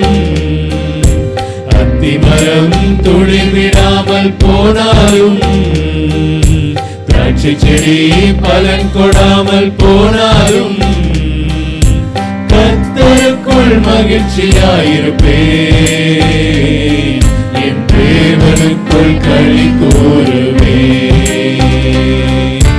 கர்த்தருக்குள் மகிழ்ச்சியாயிருப்பேன், என் தேவனுக்குள் களி கூறுவேன். ஹல்லேலூயா, ஹல்லேலூயா, ஹல்லேலூயா. உலகம் கொடுக்கிற பிரகாரமாய் நான் கொடுக்கிறதில்லை. நான் கொடுக்கிற சந்தோஷம் இந்த உலகத்தால் கொடுக்கவும் முடியாது. நான் கொடுத்த சந்தோஷத்தை இந்த உலகத்தால் எடுத்துக்கொள்ளவும் முடியாது என்று ஆண்டவர் சொன்னார். தேவனுடைய பிள்ளைகளே, நான் ஆரம்பத்திலே சொன்னேன், மனுஷருடைய வார்த்தைகள் உங்களை கலங்க பண்ண வேண்டாம். எசேக்கியா ராஜாவை அரண்மனையை சுற்றிலும் இருந்து சனகரிப் ரப்சாக்கே முற்றுகை போட்டுக்கொண்டு பரிகாசமான வார்த்தைகள், அற்பமாய் பேசுகிற வார்த்தைகள் வந்த பொழுது கர்த்தருக்கு காத்திருக்கும்படியாக அவன் போய் சரண்டர் ஆகணும்னு நினைக்கல. அவன் சரண்டர் ஆக வேண்டிய இடமெல்லாம் தேவனுடைய ஆலயம்தான். ஆண்டுடைய சமூகத்தில் கொண்டு அவன் எழுதினதான அந்த கடிதத்தை கொண்டு வந்து விதித்த, ஆண்டவரே இதை பாருங்கப்பா, இந்த வார்த்தைகள் எங்களுக்கு விரோதமாய் அல்ல, உங்களுக்கு விரோதமாக இருக்குதுப்பா. ஹல்லேலூயா. தேவனுடைய பிள்ளைகளே, பொல்லாதவர்கள் அறுப்புண்டு போகிறத நீங்கள் பார்க்காதீங்க. நீங்கள் கர்த்தருக்கு காத்திருங்க. நீங்கள் என்ன நன்மையை சுதந்திரித்துக் கொள்ளணுமோ அதை நீங்கள் சுதந்திரித்துக் கொள்வீங்க. ஹல்லேலூயா, ஹல்லேலூயா. இந்த வாக்குத்தத்தம் போன வாரத்தினுடைய ஆரம்பத்தில் எனக்கு ஆண்டவர் கொடுத்துட்டார். அதனுடைய கன்ஃபர்மேஷனுக்காக நான் காத்திருந்த பொழுது, கடந்த நாளிலே புதன்கிழமை அருமையான தம்பி பாஸ்டர் அசோக் குமார் பேசும்போது இந்த வார்த்தைகளை திரும்ப திரும்ப சொல்லி கொண்டிருந்தார். அதற்கு பிறகும் ஆண்டுடைய சமூகத்தில் நான் எதிர்பார்த்து காத்திருக்கும் பொழுது கர்த்தர் இந்த வார்த்தையை உறுதிப்படுத்தினார். கர்த்தருக்கு காத்திருக்கிறவர்களோ பூமியை சுதந்திரித்துக் கொள்வார்கள்.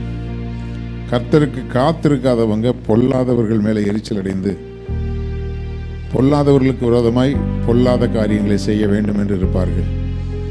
ஆனால் கர்த்தருடைய பிள்ளைகளை, உயிர் நண்பன் உங்களை விட்டு பிரிந்தாலும், ஊரெல்லாம் உங்களை தூற்றி தெரிந்தாலும், உங்களை அவமானப்படுத்தினாலும், உங்ககிட்ட நன்மை பெற்றவர்கள் உங்களுக்கு விரோதமாய் எழும்பினாலும், கர்த்தருடைய பிள்ளைகளை, கர்த்தர் நமக்கு வச்சிருக்கிற பாதை வேற. மனுஷருடைய கோபம் தேவனுடைய நீதியை நடப்பிக்காது. நீங்க கோபப்படுறதுனால ஒன்றும் ஆக போகிறது கிடையாது. கர்த்தர் அனுமதிக்காம எந்த ஒரு காரியமும் நம்முடைய வாழ்க்கையில வரப்போகிறதும் கிடையாது. ஒரு எசேக்கியா ராஜாவை போல ஆண்டவருடைய சமூகத்தில் போய், ஆண்டவரே இந்த வேதனைகளுக்கெல்லாம் பல காரணங்கள் இருக்கலாம், அதெல்லாம் எங்களுக்கு தெரியாதுப்பா, ஆனால் நீர் எல்லாவற்றையும் பார்த்து கொள்ளுகிற தேவன். ஹல்லேலூயா. அவருடைய சமூகத்தில் நீங்க ஒப்படைச்சிட்டு மனுஷர்களிடத்தில் போய் புலம்புறதை நிறுத்தி தேவ சமூகத்தில் உங்களுடைய இருதயத்தின் வேதனைகளை எல்லாம் ஒரு அன்னாளை போல ஊற்றி விட்டு பழகுங்க. ஹல்லேலூயா. தேவனிடத்தில் இருதயத்தை ஊற்றுகிறவர்கள் மனுஷரை தேடி ஓட மாட்டாங்க. மனுஷரை தேடி ஓடுறதுனால உங்களுக்கு ஒரு பிரயோஜனமும் இருக்காது. நான் எழுதி தரேன். எவ்வளவு நண்பர்களாக இருந்தாலும் சரி, எவ்வளவு பழகினவங்களாக இருந்தாலும் சரி, உங்களுடைய வேதனைக்கு பரிகாரம் அவர் மட்டும்தான். கரங்களை உயர்த்தி சொல்லுங்க, ஆண்டவரே நீரே எங்கள் பரிகாரி ஆகிய கர்த்தர். எங்கள் வேதனைகளுக்கும் எங்களுடைய சோதனைகளுக்கும் எங்களுடைய மனவேதனைகளுக்கும் எங்களுடைய போராட்டங்களுக்கும் நீர் மாத்திரமே பரிகாரியாயிருக்கிறீர். ஹல்லேலூயா. எங்களுக்கு விரோதமாய் பொல்லாப்பு செய்ய நினைக்கிறவர்களை நீர் பார்த்து கொள்வீர். அது எங்க வேலை இல்லை. நாங்க உங்களுக்கு காத்திருக்கணும். அதற்கு எங்களுக்கு பலன் தாங்க, எங்களுக்கு பொறுமை தாங்க. ஹல்லேலூயா, ஹல்லேலூயா, ஹல்லேலூயா.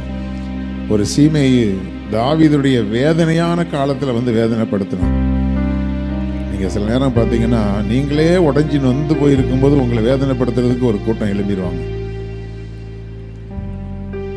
அப்பட்டமாக தெரியும் நம்ம மேலே தவறு இல்லைன்னு, ஆனால் நம்மையே குற்றவாளிகளாக பேசுவாங்க. அதை பற்றிலாம் நீங்கள் கவலைப்படாதீங்க. இயேசுநாதருக்கு நடக்காத ஒன்றும் உங்களுக்கு நடக்கிறதில்லை. ஹல்லேலூயா. ஆண்டவர் அவமானப்படுத்தினதை விட அதிகமாக உங்களில் யாரையும் ஆண்டவர் மற்றவங்க அவமானப்படுத்திட முடியாது. அந்த வார்த்தைகளினால் நீங்கள் கலங்காதிருங்கள். நம்ம வேலை ஆண்டவருக்கு காத்திருக்க வேண்டியது. ஏன்னா உங்களுடைய பலவீனங்களை அவர் அறிந்திருக்கிறார், உங்களுடைய நிந்தனைகளை அவர் அறிந்திருக்கிறார். முடிவில் தான் அது விளங்கும். எதையெல்லாம் அனுபவிக்கணும்னு சொல்லி உங்களை வேதனைப்படுத்தினாங்களோ அதில் ஒன்றையும் அவர்கள் அனுபவிக்காமலே அவர்கள் போவார்கள். ஹல்லேலூயா, ஹல்லேலூயா. பொல்லாதவர்கள் அறுப்புண்டு போவார்கள். கர்த்தருக்கு காத்திருக்கிறவர்களோ பூமியை சுதந்திரித்துக் கொள்வார்கள். எத்தனை பேர் நம்புறீங்க? எத்தனை பேர் விசுவாசிக்கிறீங்க? கரங்களை உயர்த்தி ஹல்லேலூயா, ஹல்லேலூயா, ஹல்லேலூயா, ஹல்லேலூயா. ராஜாதி ராஜாவே, தேவாதி தேவனே, உமக்கு ஸ்தோத்திரம், ஸ்தோத்திரம், ஸ்தோத்திரம், ஸ்தோத்திரம், ஸ்தோத்திரம். தேவாதி தேவனே, உமக்கு நன்றி அப்பா. அந்த நாளிலும் நீர் பேசின உம்முடைய வார்த்தைகளுக்காக உமக்கு கொடான கொடி ஸ்தோத்திரங்களை நாங்கள் ஏறெடுக்கிறோம். எங்களுக்கு தந்த வாக்கு தத்தத்துக்காக உமக்கு நன்றி செலுத்துகிறோம் தகப்பனே. நீர் அனுமதிக்காமல் ஆண்டவரே இந்த வாக்கு தத்தம் எங்களுக்கு வரவில்லை என்பதை நாங்கள் நிச்சயித்து கொண்டிருக்கிறோம். தேவன் அப்படியே உம்முடைய பிள்ளைகளுடைய வாழ்க்கையில உம்முடைய பிள்ளைகளை நீர் ஆசீர்வதித்து அந்த வாக்கு தத்தங்களை நீர் ஆமென்றும் ஆமேன் என்றும் நிறைவேற்றப் போகிற கிருபைக்காக உமக்கு நன்றி செலுத்துகிறோம் அப்பா. உமக்கு ஸ்தோத்திரம், ஸ்தோத்திரம். அப்படியே இந்த மாதத்தை ஆண்டவருடைய கரத்தில் ஒப்பு கொடுப்போம். 2 கரங்களை உயர்த்தி கொள்ளுங்க. ஆண்டவரே, இந்த புதிய மாதத்தை உம்முடைய கரத்தில் ஒப்பு கொடுக்கிறோம். இந்த மாதத்திலும் ஆண்டவரே எங்களுடைய தேவைகள் எல்லாவற்றையும் நீர் அறிந்திருக்கிறீர். ஆண்டவரே, ஸ்தோத்திரம், ஸ்தோத்திரம், ஸ்தோத்திரம், ஸ்தோத்திரம். இந்த மாதத்திலும் நீங்க எங்களை கரம் பிடித்து நடத்தின ஆண்டவரே அப்பா, உமக்கு ஸ்தோத்திரம், ஸ்தோத்திரம். எங்களுக்கு முன்பாக மலை போல தேவைகள் நிற்கிறதே தகப்பனே, உமக்கு ஸ்தோத்திரம். இந்த மாதத்தின் 1ஆம் நாளிலே எங்கள் ஆண்டவருடைய அழகு முகத்தை நாங்கள் நோக்கி பார்க்கிறோம் தகப்பனே. ஆண்டவரே, நாங்கள் மனுஷ முகத்தை நாங்கள் நோக்கி பார்க்கவில்லை தகப்பனே. உம்மை நாங்கள் ஸ்தோத்தரிக்கிறோம். இந்த மாதத்துக்குரிய எல்லா தேவைகளையும் ஆண்டவர் எங்களுக்கு சந்தித்து ஆண்டவரே, நாங்கள் எந்த கடன் பிரச்சனைகளிலும் மாட்டிக்கொள்ளாதபடிக்கு எங்கள் தேவனாகிய கர்த்தர் எங்களுக்கு வருமானங்களை பெருக பண்ணுங்க. வாயை திறந்து கேளுங்க. அல்லேலூயா. எங்களுடைய வருமானங்களை நீங்க பெருக பண்ணுங்க ஆண்டவரே. அல்லேலூயா. எந்த உதவிக்காகவும் நாங்கள் யாரிடத்திலும் போய் நிற்காதபடிக்கு தேவனாகிய கர்த்தர் தாமே ஆண்டவரே உன்னதத்திலிருந்து எங்களுக்கு ஒத்தாசை அனுப்பி ஆண்டவரே உம்முடைய பிள்ளைகளுடைய எல்லாருடைய தேவைகளையும் ஆண்டவர் நீங்க சந்திக்கும்படியாக அல்லேலூயா உம்முடைய கரத்திலே ஆண்டவரே இந்த மாதத்தின் 1ஆவது நாளிலே நாங்கள் சரணடைகிறோம் தகப்பனே. ஆண்டவரே, பிள்ளைகளுடைய கையின் பிரயாசங்களை ஆசீர்வதிங்க. பிள்ளைகள் செய்கிற வேலைகளை, தொழிலை, ஆண்டவர் வியாபாரத்தை நீங்க ஆசீர்வதிங்க. உம்முடைய பிள்ளைகளுக்கான ஆண்டவரே வருமானங்களிலே ஒரு பெருக்கத்தை தேவன் கட்டளையிடுங்க. வேலைகளிலே நல்ல ப்ரமோஷன்களை தேவன் கட்டளையிடுங்க. ஆண்டவரே, ஸ்தோத்திரம், ஸ்தோத்திரம். வீண் செலவுகளுக்கு ஆண்டவரே நீங்க விலக்கி பாதுகாத்துக் கொள்ளுங்க. எந்த விதத்திலும் வீண் செலவுகள் ஆண்டவரே எங்களுக்கு வராதபடி தேவன் பாதுகாத்துக் கொள்ளுங்க. எந்த பலவீனங்களும் எந்த ஆஸ்பத்திரி செலவும் எங்களுக்கு வராதபடி பாதுகாத்துக் கொள்ளுங்க. ஆண்டவரே, நாங்கள் எல்லா விதத்திலும் ஆண்டவரே உங்களுக்கு பயந்து உம்முடைய கற்பனைகளுக்கு நாங்கள் கீழ்ப்படிந்து நடக்க எங்களுக்கு கிருபை தாங்க. ஆண்டவரே, ஸ்தோத்திரம். உம்முடைய சத்தியத்தை விட்டு நாங்கள் வலது இடதுபுறம் சாயாதபடி எங்களை பாதுகாத்துக் கொள்ளுங்க. எந்த பாவங்களிலும் நாங்கள் சிக்கிக் கொள்ளாதபடி தேவன் பாதுகாத்துக் கொள்ளுங்க. ஆண்டவரே, இன்னும் நாங்கள் பரிசுத்தத்தை குறித்த வாஞ்சையில நாங்கள் பெருக, தாகத்திலே பெருக ஆண்டவரே இன்னும் நாங்கள் பரிசுத்தமாக எங்களுக்கு உதவி செய்யுங்க. கர்த்தரை அதிகமாய் தேட, கர்த்தருடைய சமூகத்திலே காத்திருக்க ஆண்டவரே ஸ்தோத்திர ஸ்தோத்திர அதிகமாய் நாங்கள் ஜெபிக்க, உம்முடைய வேத வசனத்துக்கு நாங்கள் முக்கியத்துவம் கொடுக்க ஆண்டவரே உம்முடைய வசனத்துக்கு கீழ்ப்படிய எங்களுக்கு உதவி செய்யுங்க. இந்த மாதத்திலே ஆண்டவரே நாங்கள் சிறுகவும் நீர் பெருகும்படியாக ஆண்டவரே எங்களுக்குள்ளே உம்முடைய சுபாவங்கள், உம்முடைய கிரியைகள், உம்முடைய ஆண்டவரே செயல்பாடுகள் எங்களுக்குள்ளே பெருகும்படி நாங்கள் ஒப்பு கொடுத்து ஜெபிக்கிறோம். ஆண்டவரே, உம்முடைய பிள்ளைகள் ஒவ்வொருவரும் ஆண்டவரே நல்ல ஆரோக்கியத்தோடு நல்ல சுகபலத்தோடு உம்முடைய பிள்ளைகள் ஜீவிப்பார்களாக. உம்முடைய பிள்ளைகளை பலவீனப்படுத்த முயற்சிக்கிற, எல்லா சோர்வுக்குள்ளாக்குகிற எல்லா விதமான அந்தகார சக்திகளை ஆண்டவரே தேவ பிள்ளைகளுக்கு விரோதமான எல்லா எரிச்சல், பொறாமை, வன்கணி நாவிகளை இயேசுவின் நாமத்திலே நாங்கள் முறியடித்து ஜெபிக்கிற தகப்பனே. தேவனுடைய கரம் உடைய பிள்ளைகளுக்கு எப்போதும் அனுகூலமாய் நின்று உடைய பிள்ளைகள் எந்த இடத்திலும் தலை குனிந்து ஆண்டவர் நிற்காதபடிக்கு படிக்கு உம்முடைய பிள்ளைகளுடைய முகங்களை பிரகாசிக்க பண்ணுங்க தகப்பனே. கர்த்தாவே, உம்முடைய நாமம் உம்முடைய பிள்ளைகளுடைய நெற்றிகளிலே ஆண்டவரே பொறிக்கப்பட்டிருக்கிறது என்பதை நாங்கள் அறிந்திருக்கிறோம். உம்முடைய நாமத்தை அறிந்திருக்கிற இந்த பிள்ளைகளை நீர் உயர்ந்த அடைக்கலத்திலே வைப்பீராக. ஹல்லேலூயா, ஹல்லேலூயா. உம்மிடத்திலே வாஞ்சையாயிருக்கிற உம்முடைய பிள்ளைகளை தேவன் விடுவித்து ஆசீர்வதித்து கடந்த நாட்களுடைய கடினமான சூழ்நிலைகள் இயேசுவின் நாமத்தினாலே முற்றிலுமாய் நீங்கி போகும்படியாக கர்த்தாவே உமக்கு ஸ்தோத்திரம். உம்முடைய பிள்ளைகளுடைய நன்மைகள் தாராளமாய் உம்முடைய பிள்ளைகளுக்கு ஆண்டவரே கிடைக்க உதவி செய்யுங்க. கடந்த நாட்களிலே பிள்ளைகளுடைய ஆசீர்வாதங்களை தடை பண்ணி வைத்திருந்த பொல்லாத சத்துருவை இயேசுவின் நாமத்தினாலே நிர்மூலம் பண்ணி நாங்கள் ஜெபிக்கிறோம். தடைகளை உடைக்கிற ஆண்டவர் உடைய பிள்ளைகளுக்கு முன்பாய் நீங்க கடந்து சென்று கோணலானவைகளை செவ்வைப்படுத்துங்க. ஹல்லேலூயா, ஹல்லேலூயா, ஹல்லேலூயா. சிஸ்டர் குமாரி அவங்களுடைய மகனுக்காக ஜெபம் பண்ணுவோம். அவங்க போன இடத்துல கர்த்தர் பல காரியங்களில் ஆண்டவர் அற்புதங்களை செய்து கொண்டிருக்கிறார். அதே சமயத்தில் அருமையான மகனுக்கு தோள்பட்டை இறங்கி அவனுக்கு கொஞ்சம் கஷ்டப்பட்டு கொண்டிருக்கிறான். எந்த ஒரு ஆப்ரேஷன் பண்ண வேண்டியது வருமோ என்று யோசிக்கிறாங்க. அப்படிப்பட்ட எந்த சூழ்நிலைகளும் வராதபடிக்கு கர்த்தர் நல்ல சுகத்தோடு அந்த மகன் திரும்பி வர உதவி செய்யும்படி எல்லா கரங்களை உயர்த்துவோம். ஹல்லேலூயா, ஹல்லேலூயா, ஹல்லேலூயா. ஸ்தோத்திரம் பிதாவே. ஆண்டவரே உம்மை ஸ்தோத்திரிக்கிறோம். அருமையான மகன் சுப்புவுக்கு தேவன் நல்ல சுகத்தை கொடுங்க. நல்ல ஆரோக்கியத்தோடு திரும்பி வர உதவி செய்யுங்க. ஆண்டவரே, எந்த வீண் செலவுகளும் ஆண்டவர் அந்த இடத்துல காணப்படாதபடிக்கு தேவனாகிய கர்த்தர் அருமையான சகோதரியை சந்தோஷத்தோடு சமாதானத்தோடு திரும்பி வர தேவன் அனுகிரகம் பண்ணும்படி ஒப்பு கொடுத்து செபிக்கிறோம். ஆண்டவரே உம்மை துதிக்கிறோம், துதிக்கிறோம், துதிக்கிறோம், துதிக்கிறோம், துதிக்கிறோம். அந்த முழு குடும்பத்துக்கு தேவையான நன்மைகளை கிருபைகளை தேவன் ஆண்டவரை தந்து வழி நடத்துங்க. எல்லா தீங்குகளுக்கும் விலக்கி பாதுகாத்துக் கொள்ளுங்க. மகன் ஷிண்டோவுக்காக ஜெபிக்கிறோம். கர்த்தாவே ஸ்தோத்திரம். இன்னும் ஆண்டவரே இந்த அரபு தேசத்தில் இருக்கிற எல்லா சகோதர சகோதரிகளுக்காக ஜெபிக்கிறோம். அவர்கள் நல்ல சுகத்தோடும் ஆரோக்கியத்தோடும் ஆண்டவரே தங்களுடைய சொந்த இடங்களுக்கு திரும்ப உதவி செய்யுங்க. ஆண்டவரை யுத்தங்களை ஓய பண்ணுகிற ஆண்டவர், ஆண்டவரை யுத்தங்களை எல்லாம் ஓய பண்ணி ஆண்டவரை ஒரு சமாதானமான சூழ்நிலைகளை தேவன் ஏற்படுத்தும்படி ஒப்பு கொடுத்து ஜெபிக்கிறோம். வேறு எந்த நாடுகளுக்குள்ளேயும் ஆண்டவரை மறுபடியும் எந்த யுத்தங்களும் வராதபடிக்கு தேவனாகிய கர்த்தர் சமாதானத்துக்கு ஏதுவான சூழ்நிலைகளை மாற்றும்படி ஒப்பு கொடுத்து நாங்கள் ஜெபிக்கிறோம். எல்லாரும் சேர்ந்து யாகபேசுடைய ஜெபத்தை நம்ம எல்லாரும் சேர்ந்து சொல்லுவோம். கரங்களை உயர்த்தி ஹல்லேலூயா.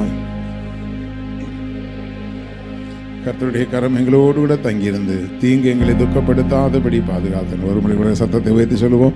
தேவரீர் எங்களை ஆசீர்வதித்து எங்களை எல்லையை பெரிதாக்கி கர்த்தருடைய கரம் எங்களோடு தங்கியிருந்து தீங்கு எங்களை துக்கப்படுத்தாதபடி பாதுகாத்து. எல்லாரும் சேர்ந்து சொல்லுவோம். என் ஆத்துமாவே கர்த்தரை ஸ்தோத்திரி, என் முழுமே அவருடைய பரிசுத்த நாமத்தை ஸ்தோத்திரி. என் ஆத்துமாவே கர்த்தரை ஸ்தோத்திரி, கர்த்தர் செய்த சகல உபகாரங்களையும் மறவாதே. ஆமை. நம்முடைய கர்த்தராகிய இயேசு கிறிஸ்துவினுடைய கிருபையும் பிதாவாகிய தேவனுடைய அன்பும் பரிசுத்த ஆவியானவருடைய அந்யோன்ய ஐக்கியமும் இன்றும் என்றும் சதா காலங்களிலும் அவருடைய வருகை மட்டும் நம் அனைவரோடும் தங்கியிருப்பதாக. ஆமென்.